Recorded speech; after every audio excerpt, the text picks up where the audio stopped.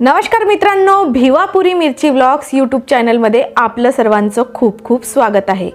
आज आपण अशा एका महामाऊलीबद्दल बोलणार आहोत जिच्यामुळे आज आपल्या देशातील प्रत्येक स्त्री ताठमानेने जगते, शिक्षण घेते आणि मोठ्या पदावर काम करत आहे। ती व्यक्ती म्हणजे भारताच्या पहिल्या महिला शिक्षिका क्रांतिज्योती सावित्रीबाई फुले। आजचा हा व्हिडिओ फक्त एका माहितीपुरता मर्यादित नाही, तर तो एका अशा संघर्षाचा प्रवास आहे जो ऐकून तुमचे रक्त सळसळेल। चला तर मग सुरू करूया सावित्रीमाईंचा हा प्रेरणादायी प्रवास। सावित्रीबाईंचा जन्म 3 जानेवारी 1831ला साताऱ्यातील नायगाव येथे झाला। त्या काळात मुलींनी शिक्षण घेणे म्हणजे जणू काही गुन्हाच वाटायचा। वयाच्या 9व्या वर्षी त्यांचा विवाह ज्योतिराव फुले यांच्याशी झाला। ज्योतिरावांनी ओळखलं होतं की जर देश बदलायचा असेल तर आधी घराघरातील स्त्रियांना साक्षर करावं लागेल। त्यांनी स्वतः सावित्रीबाईंना अक्षर ओळख करून दिली, त्यांना शिकवलं आणि त्यांना शिक्षिका म्हणून तयार केलं। मित्रांनो, विचार करा, 1 जानेवारी 1848चा तो दिवस। पुण्याच्या भिडेवाड्यात मुलींची पहिली शाळा सुरू झाली। जेव्हा सावित्रीबाई शाळेत शिकवायला निघायच्या तेव्हा रस्ते सडक्या विचारांच्या लोकांनी भरलेले असायचे। लोक त्यांच्यावर शेण फेकायचे, दगड मारायचे, चिखल उडवायचे।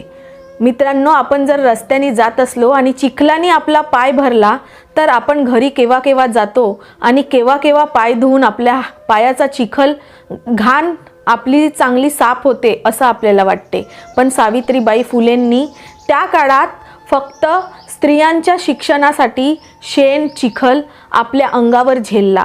महान आहेत त्या महामाऊली। असं असताना सुद्धा सावित्रीबाई डगमगल्या नाहीत।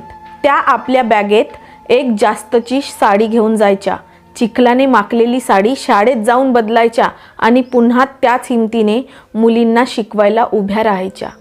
त्या म्हणायच्या, माझ्या अंगावर पडणारे हे शेणाचे गोळे म्हणजे माझ्या कार्यावर पडणारी फुले आहेत। त्या केवळ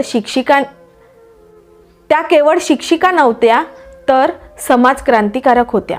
सावित्रीबाईंचे कार्य फक्त पुस्तकांपुरतेच नव्हते, त्यांनी समाजातील काळजाला हात घालणाऱ्या प्रथांविरुद्ध लढा दिला। त्यांनी बालहत्या प्रतिबंधक गृह काढले।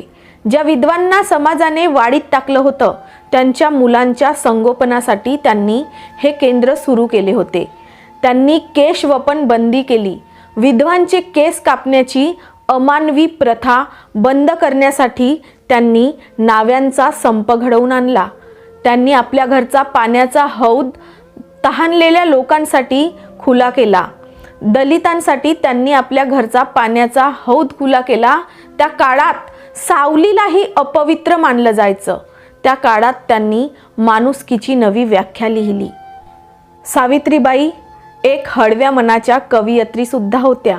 त्यांनी काव्य फुले या संग्रहातून लोकांना साद घातली। विद्या मिळवा, शूद्रांना सांगण्या जा, उदरनिर्वाहासाठी शिका, आळस झटकून काम करा। त्यांच्या लेखणीतून बाहेर पडलेला प्रत्येक शब्द हा समाजात क्रांती निर्माण करणारा होता। 1897 मध्ये पुण्यात प्लेगचा कहर होता। 66 वर्षाच्या सावित्रीबाईंनी स्वतःच्या जीवाची पर्वा न करता रुग्णांची सेवा केली। एका आजारी मुलाला आपल्या खांद्यावर वाहून नेताना त्यांनाही संसर्ग झाला आणि 10 मार्च 1897 रोजी ही ज्ञानज्योत मालवली। पण जाताना त्या कोट्यावधी मुलींच्या मनात शिक्षणाची मशाल पेटवून गेल्या। मित्रांनो, सावित्रीबाई फुले म्हणजे फक्त एक नाव नाही, तो एक विचार आहे। आज आपण आपल्या मुलीला शिक्षण देऊन तिला आत्मनिर्भर करून खऱ्या अर्थाने सावित्रीबाईंना श्रद्धांजली देऊ शकतो। तुम्हाला हा व्हिडिओ कसा वाटला ते कमेंटमध्ये नक्की सांगा आणि जास्तीत जास्त लोकांपर्यंत हा व्हिडिओ शेअर करा, जेणेकरून सावित्रीबाईंचा हा संघर्ष घराघरात पोहोचेल। भेटूया पुढच्या व्हिडिओमध्ये। जय ज्योती, जय क्रांती।